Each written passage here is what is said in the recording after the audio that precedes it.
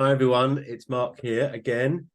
I'm the founder of the Arts and Culture Network, and we now have pretty much 90,000 members across our 5 LinkedIn groups, growing at a rate of about 200 people every day joining one or other of those groups. So I use these little interviews to keep track of our numbers. This is the best fun of the gig for me. This is where I get to meet our full members, and I'm delighted that Rachel Dingle has agreed to join me today for an interview. I'm going to create Rachel's perfect cultural year from the answers to 10 questions. She's had very little, if any, warning about this. So, Rachel, thank you so much for joining me today. That's all right. No worries. Just for some context, why don't you introduce yourselves to the other members who'll watch this? You're all over theatre. Yeah, so my background is in theatre. I did a lot in design. I did a lot of theatre, set and costume design, and then I moved into stage management and wardrobe. I worked in wardrobe all over, including like West End, National, on tours. Went into supervising, and then I'm now focusing on writing and producing my own work in Southend. Brilliant. You and I have had a quick chat already this morning, and there is a longer conversation to be had because there's so much that you're doing that I'm fascinated about. So thank you for being one of our full members. So just to give as a bit of an icebreaker, I'm going to ask you some questions and we'll create your perfect cultural year. Now, invariably, this produces anecdotes and surprises, which a typical interview might not. So I'm looking forward to this. So are you ready? Yep. Excuse me 1 second. And let's go. Right. Rachel, do you have a favorite building? Oh, favorite building. Or one that I mean, springs to mind? one, I guess a few spring to mind, but they aren't necessarily buildings. They are the wings backstage in the theatre. But between, I worked extensively like backstage as like a dresser, as ASM, and then I moved into supervising, and there was like a period in my career where I was working in theatre but not being backstage.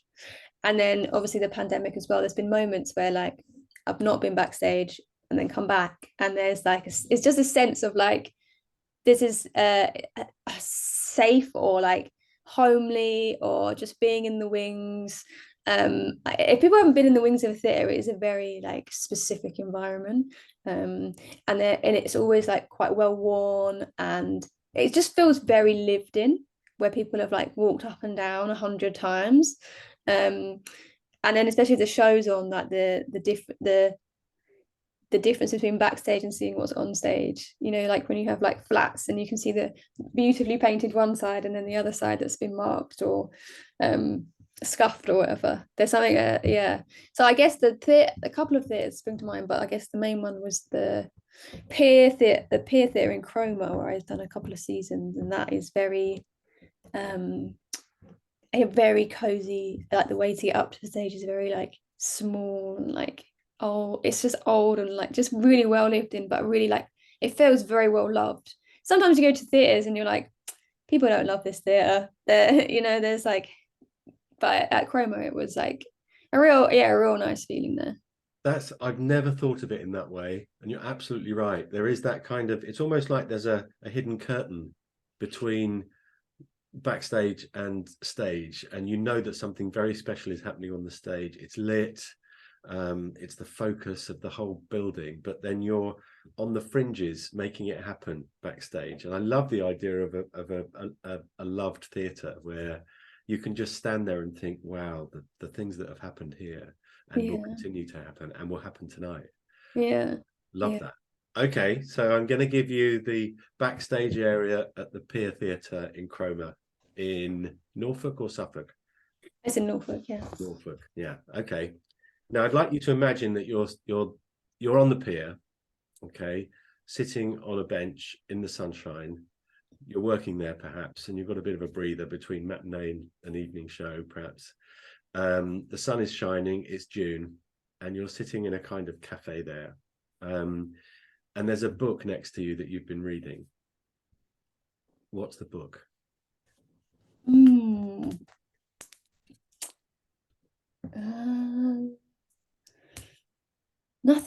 comes to mind, I'm a bit of an odd reader. I go through phases. You know, I don't have a specific type of thing that I read.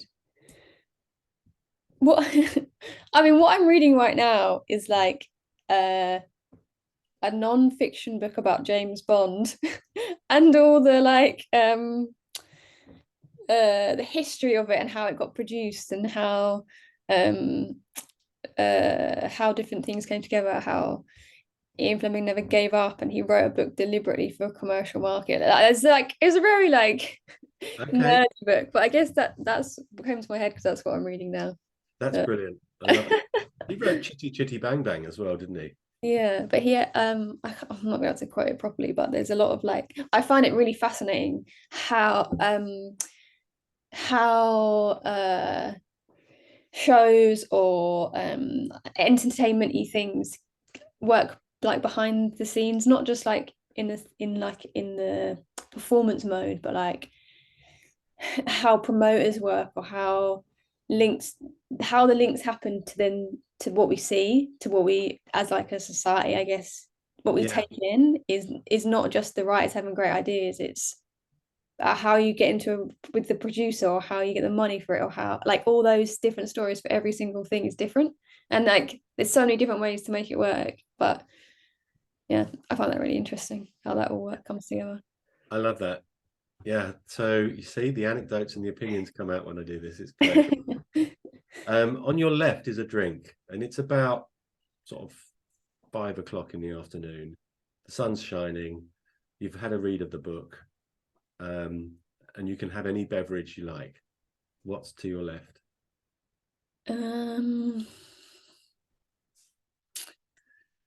Probably like a fruity cider.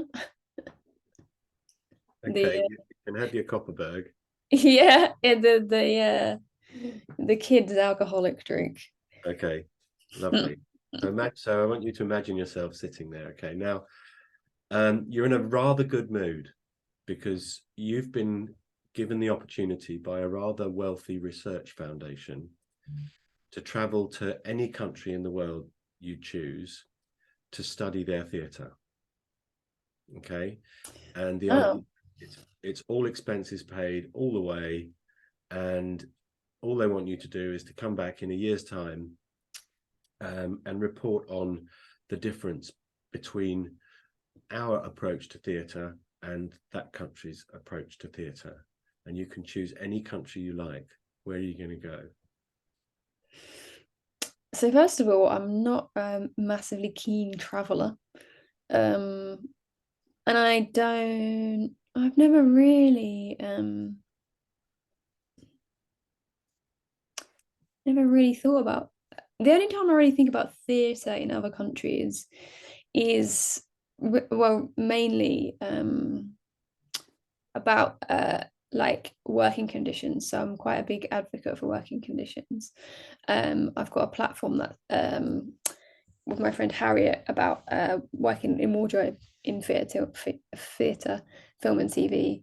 And we're always pushing about fees and wages and whatever. But I read recently on Twitter, so I don't know how true it is, that designers in like, I want to say Germany, somewhere in Europe, are paid like 40,000 or something. Like the wage comparison in certain European countries to this country are incredible, and the package during COVID and how I think it's Germany. I could be wrong. There's like basic income for creatives, or there's just better support for the arts. And then if you compare that to here, it's like staggering. So I guess I would want to go and find one of those countries and see how it works and see how it could be done better, I guess, if the right support. And I would imagine the results and the output would be increased and like, and what I'm saying is the output for it would solve other problems, not just arts and creative, because we all know culture solves social isolation and mental health and like all that. I'd want to know if see that in action, I guess. So it's not really like the performance side, it's more the structure of it. I love that. So yes, your brief then is to explore that in Germany, because I think you're probably right, to try and establish the extent to which there's a payback for investing more and improving conditions for those in the creative industries, especially in performing arts and theatre in particular. To give you an example, the head of arts and culture in Berlin was interviewed recently, Joe Cielo, I think his name is. Guess what his budget is for next year to support the arts and culture sector in Berlin alone? Have a guess. I don't even want to know. Is it? It's 948 million euros. Oh my, that's what I mean. Can you imagine what we could do if that's more than the whole Arts Council's annual grant budget for one city in Germany. And he said next year it'll be over a billion. Isn't that incredible? Like, it is incredible. My brother's a cellist. He lives in Berlin because he's in the creative industries. He gets free childcare. Wow. I mean, it's just crazy, isn't it? Like a completely different outlook on it.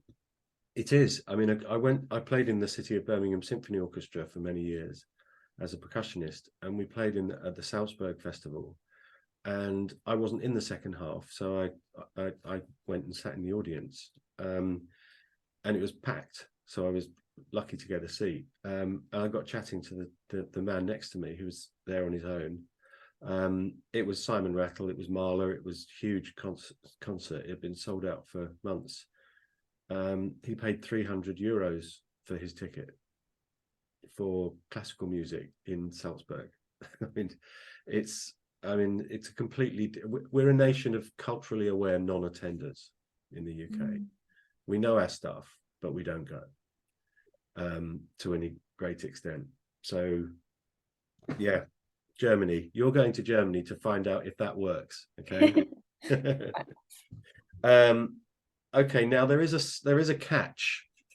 This sort of all expenses paid trip to Germany for a year to study the impact of investment in the arts. There we go. That's the brief. That's a good way of putting it. Yeah. Yeah. They want to study you while you're away, and so they've given you a letter which you're not allowed to open until you're on the plane, to make sure that you're going. And you open the letter, and it says they want to study the psychological impact of restricting you to one genre of music for a year.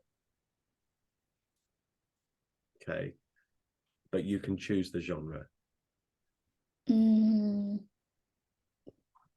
Music's an odd one, because when I listen to music, I just put anything on shuffle. I don't really have any. I would say I don't have very little music knowledge, so I don't know if I would even know what genre is what genre. What type? Yeah. So I don't even. But you can only listen to that type of music for during that year. Then it would definitely be something upbeat. Yeah. Yeah, easy to listen to. I'd say, yeah, I don't know what that genre would be, but it would definitely be like fast and upbeat rather than. I think you've sidestepped. That's very clever. I don't know what the genres are. I don't know what's. Well, classical, jazz, pop, mainstream, rock and roll, indie, punk. I think it's like upbeat indie. Musical theatre. I don't think I can listen to musical theatre for solely musical theatre. I think that would drive me crazy. I think it'd probably be indie then, I think. Okay, you can have indie. Do you have a particularly favourite band or artist in music? No. Do you remember the last live music you saw? Oh, I've seen very little live music.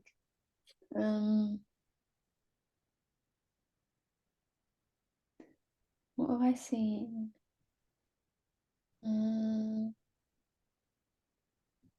Must be something in Southend that I went to, but probably a pub a band in a pub. Probably something like that. Yeah. I'm not really massive in the music world. I think we might have to do some work to change that. Yeah. There's a lot out there. Excellent. Actually, you need to come to the Smuggler's Den in Holbridge. They have open mic every other Wednesday night, and I've never seen more guitars in one place. Really? It's incredible. People come from all over Essex to play there. It's great. There was a guy there who, it's open mic, and this young guy was there looking a bit nervous, standing by the door, and I had to pass him to get to the loo, and I just got chatting to him, and he said he's really nervous. He's a rapper, and he'd heard about this open mic, and he said, it's all guitars here. They'll hate me. I said, no, just do it. And he was really good. And he was trying to achieve the world record for the most syllables per second. And he was up to 11.5 syllables per second, which is pretty fast, apparently. And he was really good, and he goes there every time now. I love it when he's there. It's just it's not sort of music I would be drawn to, but it was so clever. The poetry involved, brilliant. Yes, I can So see you must go to the Smuggler's Den in Holbridge on a Wednesday for open mic. that. Sounds cool. Okay, excellent. So you're going to have indie music, and you're told that there is a group of people have been asked to welcome you and provide you with a week of culture on arrival. So you're in your apartment, you're happy, and they're going to take you to a dance-based event on your first evening in Berlin, and you can choose. It's a bit of a magical opportunity. You can see any dancer, any dance group, or any dance style. Does something spring to mind?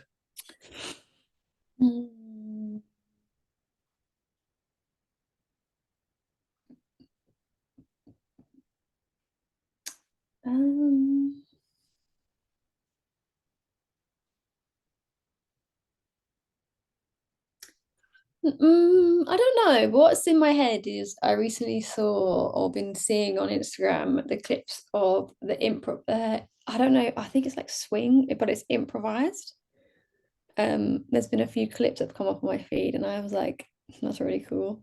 I don't know. Yes, I think I've seen it. Have you seen the ones where they're all doing the same thing at the same time? It's kind of like a jived thing. It feels a bit 50s, 40s. Yeah, it feels it feels a little bit like retro, but it's like to modern music. And I Okay. think the ones I've seen are like improvised, so they're literally just feeling what each other are doing, and then Okay.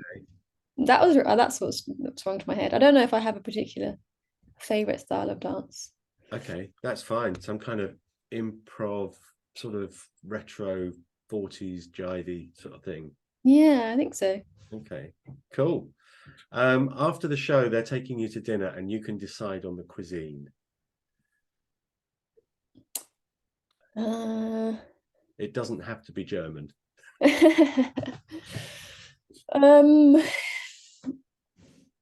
Probably like pizza.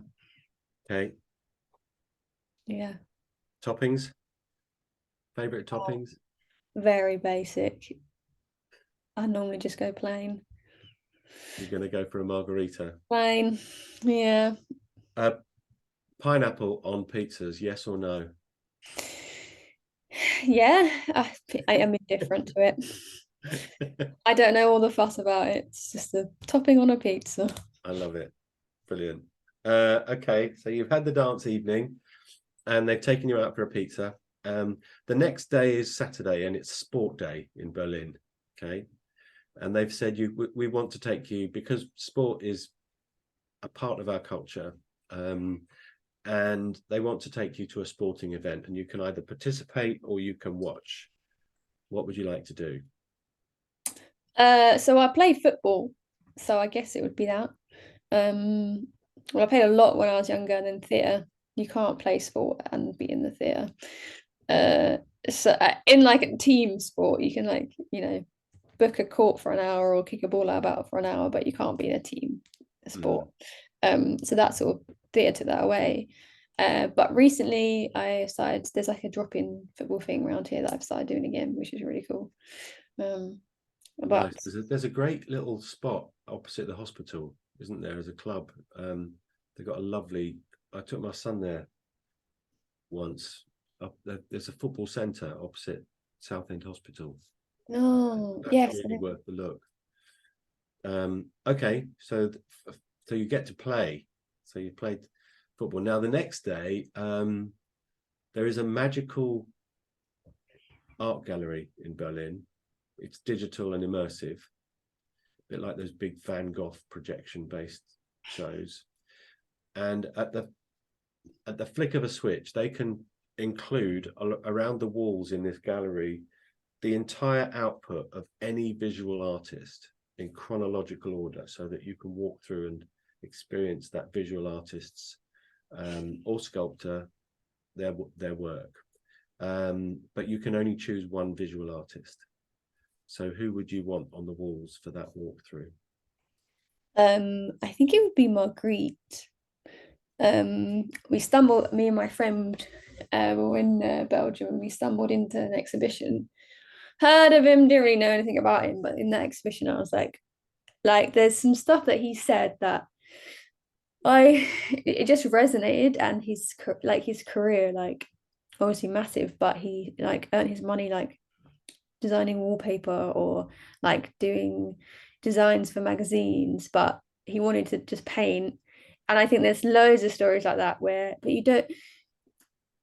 but you don't really get told that you can be a professional artist, but you always have to have a day job, even if you're Marguerite, right? Like there's this like pressure in theatre to only ever work in theatre, and you're not a professional or succeeding if you've got a part-time job, which I think is slowly changing now, but definitely when I started that was not the attitude. But he also said a quote which I'm going to completely cock up, but something like everything you see hides something else, which is just like, it just was like, that's life, but it's also theatre, it's also writing, it's also people. It's like it just sort of like encapsulated everything. And there's obviously he did like surrealist work as well, so there's a lot of like meaning, trying to find meaning in the random or whatever. But yeah, I read a few books on him after the going to the exhibition, and I started writing a piece about it, about like things are hidden and being an artist. And yeah, like it wasn't really a play, it was more like a theatre version of what I took from his art. Yeah. Brilliant. I love that. Margaret, do you know how to spell that? I can't remember. I would guess Margritte. Okay. I might have hashed the pronunciation because of, but yeah. No, that's great. You can have him. And to lighten the mood the next day, they want to take you to any play or musical of your choice. So again, magical theatre, hit the switch. There it is.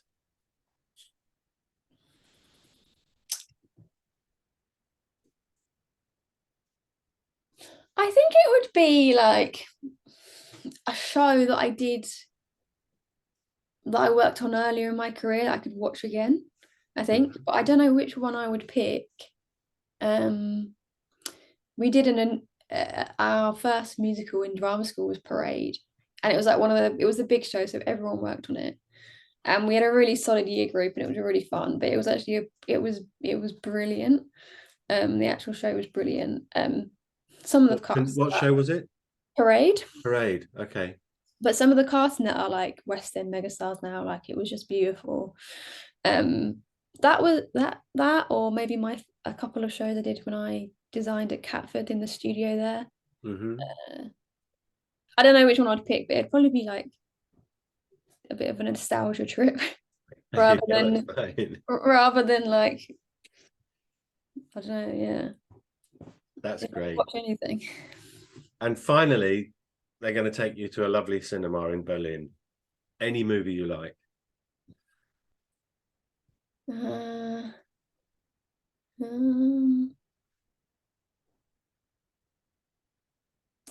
Again, like films, kind of similar with music. I'm not massively into, like, I never go to cinema. Very rarely watch films. But I guess I guess it would be a James Bond film. They're like they're like a real guilty pleasure because they're not they're not the most Cerebral. yeah, and they haven't exactly lasted through the woke revolution. Favorite Bond? I like Dalton. I don't know, he's a bit of a curveball, but I also thought Daniel Craig was really good. Yeah. Yeah. Who would you favorite? Is it Connery? Was it Sean Connery? Oh, Timothy Dalton. I think I liked him as Bond. Okay. Yeah. He was my least favorite. Was he? Yeah.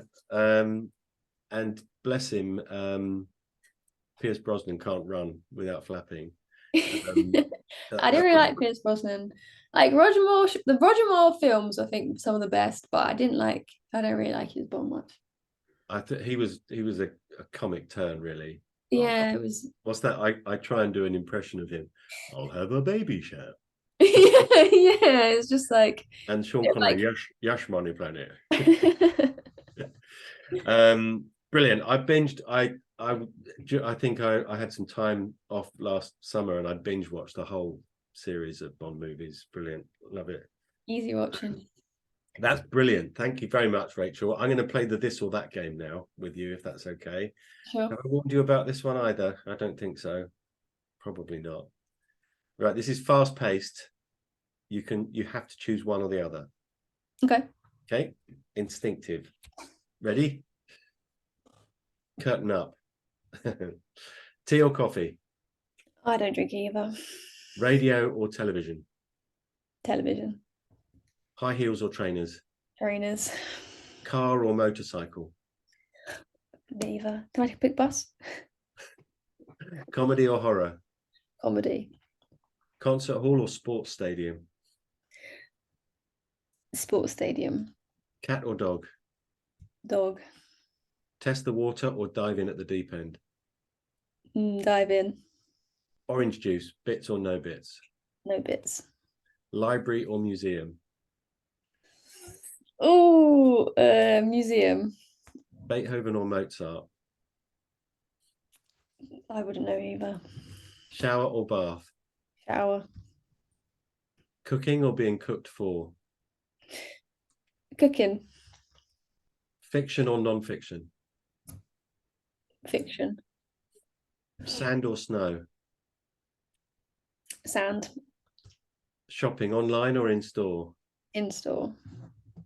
Reggae or salsa? Salsa. Indoors or outdoors?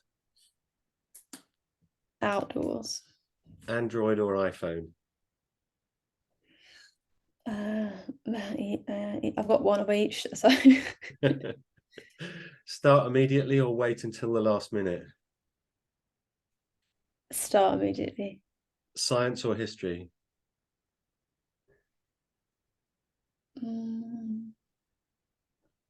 History.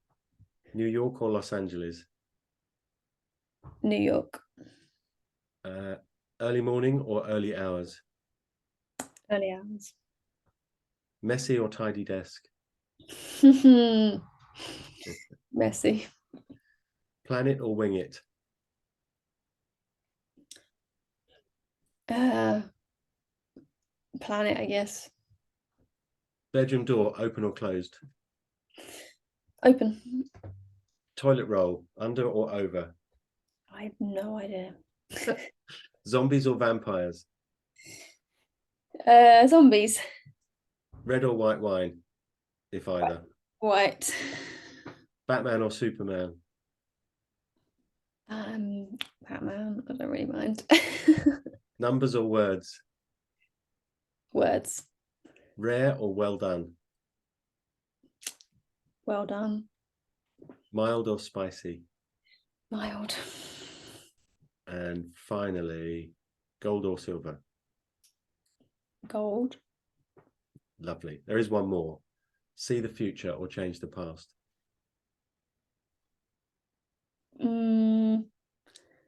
See the future, I think. Brilliant. That was great. Thank you very much, Rachel. I love doing this because it's a little unconventional in terms of the the interview style, but the feedback I've had is that it's a bit of an insight into what makes you tick. So yeah, it was fun. This has been great fun. So wherever this appears, there'll be links to you in the profile on the website and on YouTube about this. But thank you so much again for being one of our full members and for doing this. It's been fun and it's great. So don't rush off, but for the meantime, thanks again, Rachel. I hope that wasn't too awful. No, that was fun. Thank you.